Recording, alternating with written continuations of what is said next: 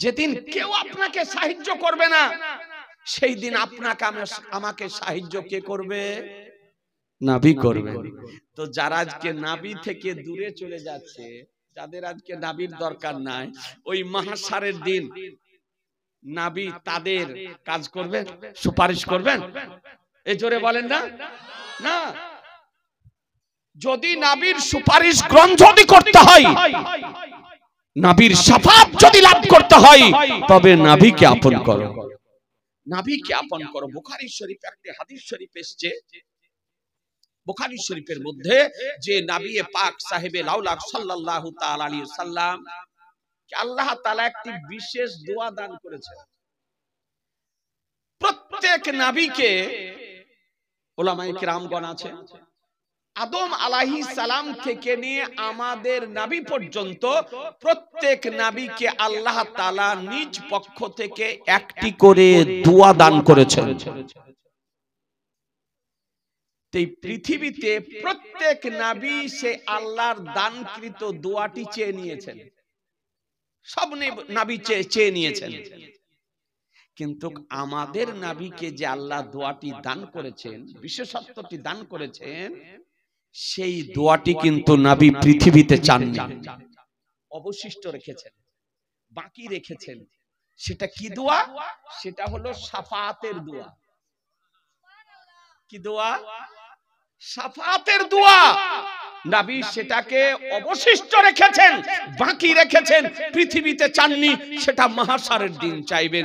এ বেরাদারান ইসলাম, বুখারী শরীফের মধ্যে হাদিস শরীফ বর্ণিত হয়েছে যে মাহশারের দিন আমাদের নবী একটি সাজদা করবেন, দীর্ঘ সময় ধরে নবী আমার সাজদা করবেন। এই আজিজানে মুহতারাম, আপনাদেরকে বলতে চাই, এত দীর্ঘ সময় ধরে সাজদা করবেন যে শেষ পর্যন্ত মহান রব্বুল আলামিন বলবেন, ইরফা রাসাকা ইয়া মুহাম্মাদ, বলে হে হাবিব, এ আমার প্রিয় হাবিব, আপনার মস্তক উঠান, আপনার সার উঠান, মস্তক উঠান।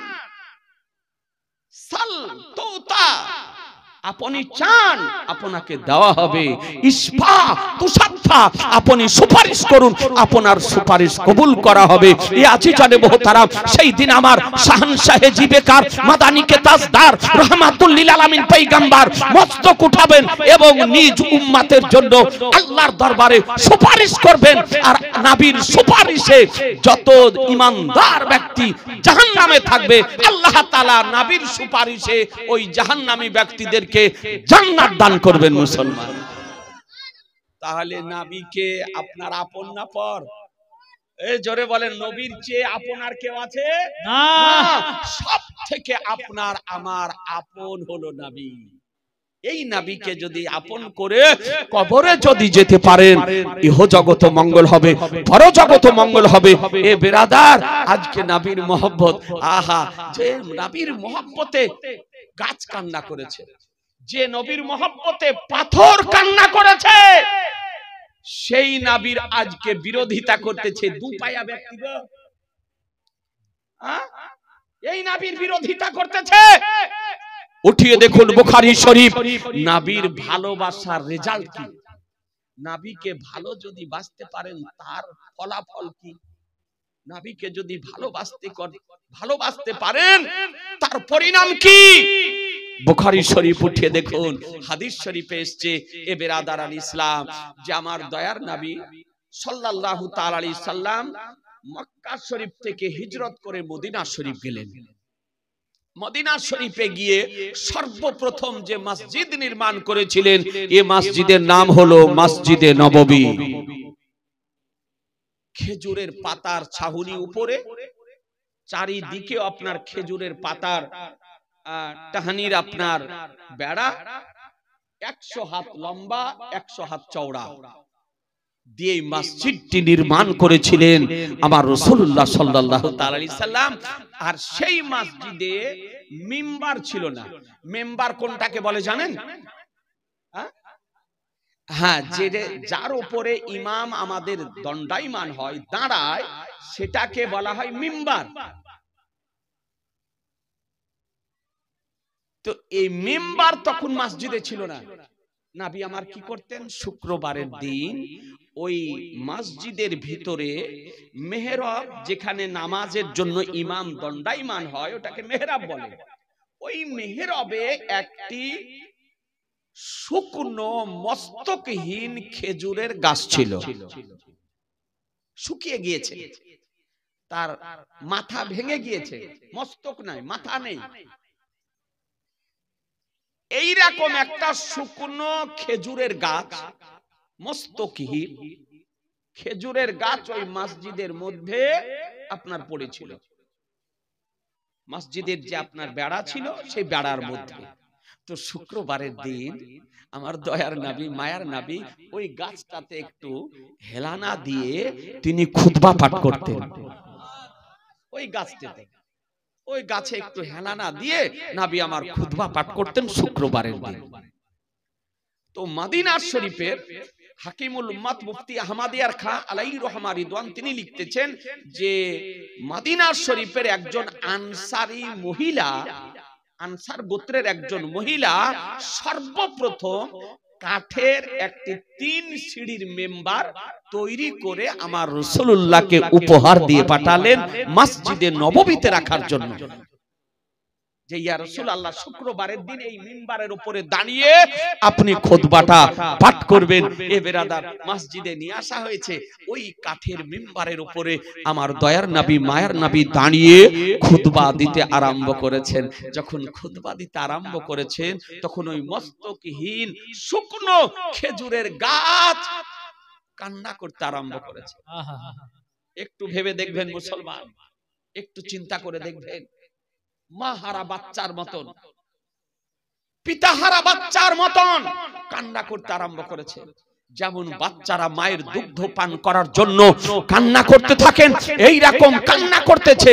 এ বেরাদার ইসলাম, যে কান্নার ও মস্তকহীন শুকনো খেজুরের গাছটির কান্না মসজিদে নববীর সাহাবায়ে কেরামগণ শুনতেছিলেন। বেরাদার ফুটে ফুটে কাঁদতেছিলেন, গাছ কাঁদতেছে, প্রাণহীন গাছ কান্না করতেছে, শুকনো খেজুরের গাছ কান্না করতেছে।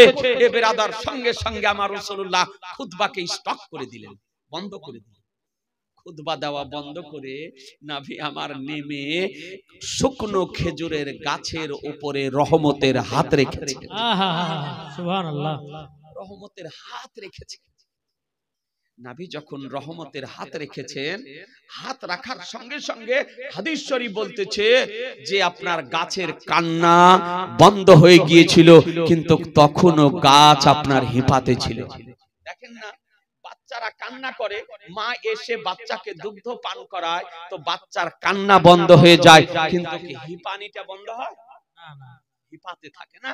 এইরকম রহমতুল লিল আলামিনের রহমতের হাত রাখাতে গাছের কান্না বন্ধ হয়েছিল, কিন্তু খেপানি বন্ধ হয়নি।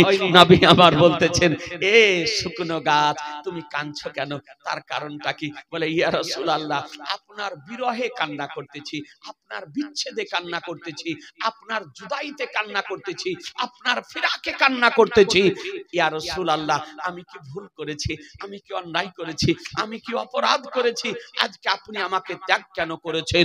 আজকে আজিজানে মুহতারাম, আমার রাসূলুল্লাহ বলেন, এ শুকনো গাছ, তুমি কোনো ভুল করনি। তবে শোনো, আজকে একটি কাঠের 3 সিঁড়ির মেম্বার আজকে মসজিদে নববীতে দেওয়া হয়েছে, তাই সেই মসজিদের উপরে মিম্বারে দাঁড়িয়ে আজকে খুতবা দিতেছিলাম। আজিজানে মুহতারাম, একটু ভেবে দেখবেন, মোহব্বত কার নাম, ইশক কার নাম, প্রেম কার নাম, যে নবীর মোহব্বতে শুকনো আজকে খেজুরের গাছ কান্না করতেছে। সুবহানাল্লাহ, নবীর মোহব্বতে, নবীর প্রেমে কান্না করতেছে শুকনো একটি খেজুরের গাছ। আমার দয়ার নবী বলেন, এ উস্তুনে হান্নানা, ওর নামটা আমার নবী দিয়েছেন উস্তুনে হান্নানা। কি নাম বললাম? নামটা তো মনে রাখেন। সারা পৃথিবীর মধ্যে একটি মাত্র গাছ জান্নাতে যাবে, সেই গাছটি হলো খেজুরের গাছ। কোন দেশের? মদিনা শরীফে। গাছটির নাম কি? খেজুরের গাছ। ওর নামটা কি? উস্তুনে হান্নানা। কি কারণে যাবে? নবীর মোহব্বতের কারণে জান্নাতে যাবে, নবীর ইশকের কারণে জান্নাতে যাবে। নবীর ভালোবাসার কারণে জান্নাতে যাবে।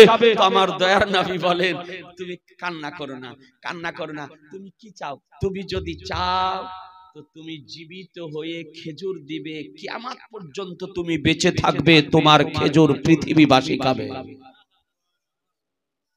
আর তুমি যদি চাও জান্নাতে গিয়ে জান্নাতীদেরকে খেজুর খাওয়াবে, কি চাও? তো বলছে, ইয়া রাসূলুল্লাহ, আমি পৃথিবীতে কিয়ামত পর্যন্ত বেঁচে থেকে পৃথিবীবাসীকে খেজুর খাওয়াতে চাই না, আপনার সঙ্গী হয়ে আপনার জান্নাতে গিয়ে জান্নাতীদেরকে খেজুর খাওয়াতে চাই। তো আমার আল্লাহু আকবার, ইয়া রাসূলুল্লাহ, জিন্দাবাদ জিন্দাবাদ। মুসলমান তামার নবী বলেন, বলে যাও এ উস্তুনে হান্নানা, তুমি জান্নাতে যাবে আর জান্নাতে গিয়ে জান্নাতীদেরকে খেজুর খাওয়াবে। হাদিস শরীফে এসেছে এই গাছটি কেবলমাত্র জান্নাতে যাবে। যত রকমের ফুল ফল কাঠের গাছ আছে সারা পৃথিবীতে, তার মধ্যে একটি গাছ জান্নাতে যাবে। মনে থাকবে সে গাছটি কিসের গাছ? সে গাছটি কিসের গাছ? খেজুরের গাছ। ওর নাম কি? উস্তুনে হান্নানা। নবীর মুহাব্বতের কারণে জান্নাতে যাবে। বলুন মুসলমান, যদি আজকে একটি প্রাণহীন শুকনো খেজুরের গাছ নবীর সঙ্গে মুহাব্বত স্থাপন করার কারণে জান্নাতে যদি যায়, তা আমরা মানব হওয়ার পর যদি রাসূলুল্লাহর মুহাব্বত নিয়ে কবরে যদি যেতে পারি, আল্লাহ আমাদেরকে জান্নাত দিবেন না দেবেন না? দিবেন। জোরে বলেন দিবেন। এ বেরাদার, তো জান্নাতে যদি যেতে চান তো নবীর মুহাব্বত নিয়ে কবরে যান, নবীর মুহাব্বত নিয়ে কবরে যান। কিছু মানুষ আছে এইরকম কিছু আনাড়ি আনাংলা, নবীর কথা শুনতে ভালো লাগে না ওদের, নবীর আলোচনা শুনতে ভালো লাগে না, নবীর প্রেমের কথা শুনতে ভালো লাগে না, নবীর মুহাব্বতের কথা শুনতে ভালো লাগে না, নবীর ইশকের কথা শুনতে ওদেরকে আপনার ভালো লাগে না। তার মানে ওর ঈমানে ক্যান্সার হয়েছে, ওর ঈমানে ক্যান্সার হয়েছে। এই জন্য নবীর কথা শুনতে ওকে ভালো লাগে না। আজিজানে মুহতারাম, নবীর আলোচনা শুনতে ভালো লাগে না। আপনাদেরকে বলবো, এ নবী পাক সাহেবে লাউলাকের সঙ্গে মুহাব্বত কেমন করেছিলেন হযরত বিলাল রাদিয়াল্লাহু তাআলা আনহু। কিতাব উঠিয়ে দেখুন এ বেরাদারান ইসলাম, যে নবীর মুহাব্বতের কারণে বিলাল আজকে জান্নাতি হিসাবে, আজকে নবীর প্রেমিক হিসাবে পৃথিবীতে খ্যাতি লাভ করেছে। মুসলমান আজিজানে মুহতারাম, আপনাদেরকে বলতে চাই, হ্যাঁ, যে নবীর মুহাব্বতে আবু বকর সিদ্দিক রাদিয়াল্লাহু তাআলা আনহু সোর গর্তে নিজের প্রাণকে নবীর মুহাব্বতে উৎসর্গ করে দিয়েছিলেন।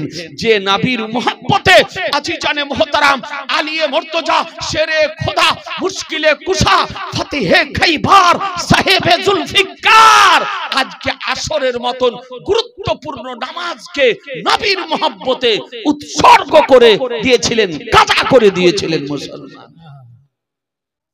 আপনাদেরকে বলতে চাই, যে নবীর মুহাব্বতে সাহাবায়ে কেরামগণ যুদ্ধের ময়দানে গিয়ে নিজের প্রাণ দিয়ে দিয়েছেন। আজিজানে মুহতারাম, ওই নবীর মুহাব্বত নিয়ে যদি কবরে যেতে পারেন, ইনশাআল্লাহ আপনি জান্নাতে যাবেন।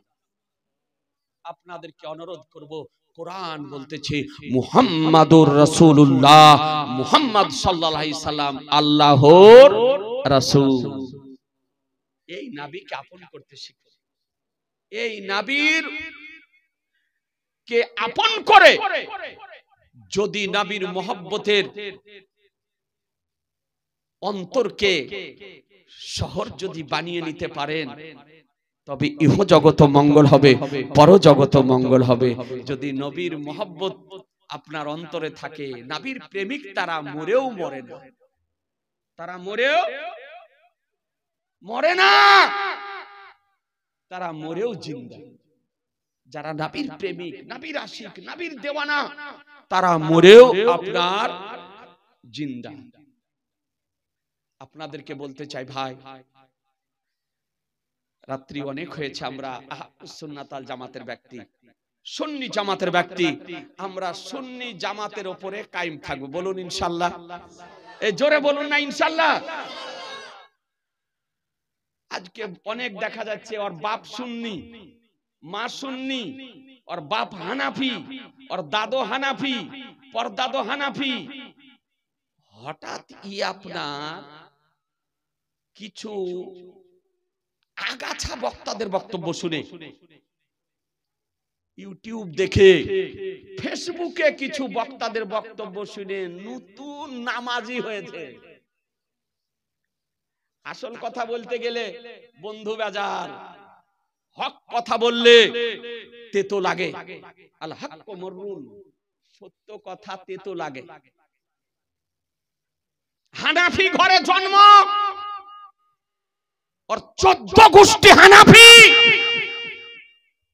আজকে নতুন নামাজি হয়েছে, লেডিস মার্কা নামাজি, মহিলা মার্কা নামাজি। দেখেছেন না মহিলা মার্কা? হ্যাঁ, সারা জীবন নাভির নিচে হাত বেঁধে ছিল, এখন আপনার রাতারাতি বুকের উপরে হাত বাঁধছে। এই যারা বুকের উপরে হাত বাঁধছে এদেরকে বলে ওহাবি। ভারতবর্ষে এদেরকে কি বলে? জোরে বলতে হবে, এদেরকে কি বলে? ওয়াহাবি। সুন্নি জামাতের ওলামাদেরকে হুমকি হামকা দেখিয়ে কিছু হবে না, কোন হুমকি দেখিয়ে কাজ হবে না। হিম্মত যদি থাকে, মায়ের লাল যদি হও, খোলা আকাশের নিচে জমিনের উপরে সরাসরি আলোচনার টেবিলে বসে। আহা সুবহানাল্লাহ। নারে তাকবীর, নারে রিসালাত, মাসলাক আলা হযরত মুনাজির আহলে সুন্নাত মুফতি মাওলানা মোহাম্মদ জুবাইর হোসেন রিজভী সাহেব। যদি মায়ের দুধ যদি পান করে থাকো, এসো আলোচনাতে বসতে রাজি আছি। যে কোনো সময়, যে কোনো দিন, খোলা আকাশের নিচে জমিনের উপরে প্রকাশ্য জনসম্মুখে আলোচনা হবে। তাহলে হুমকি দেখিয়ে কিছু হবে না। হুমকি দেখে আমরা ভয় করার ব্যক্তি নই, যে কারো হুমকি হামকাতে আমরা পিছিয়ে যাই, এই রকম পিছানো আমরা লোক নই। আমরা সরাসরি ময়দানে নেমে কাজ করার ব্যক্তি মুসলমান। যখন বলবে তখনই রাজি। লেডিস মার্কা নামাজি, ওর নানি মরে যাবে। বুখারী, মুসলিম, তিরমিজি, আবু দাউদ, ইবনে মাজাহ কোন হাদিস থেকে একটা সহিহ মারফু হাদিস দেখাতে পারবে না পুরুষদের জন্য বুকে হাত বাঁধা।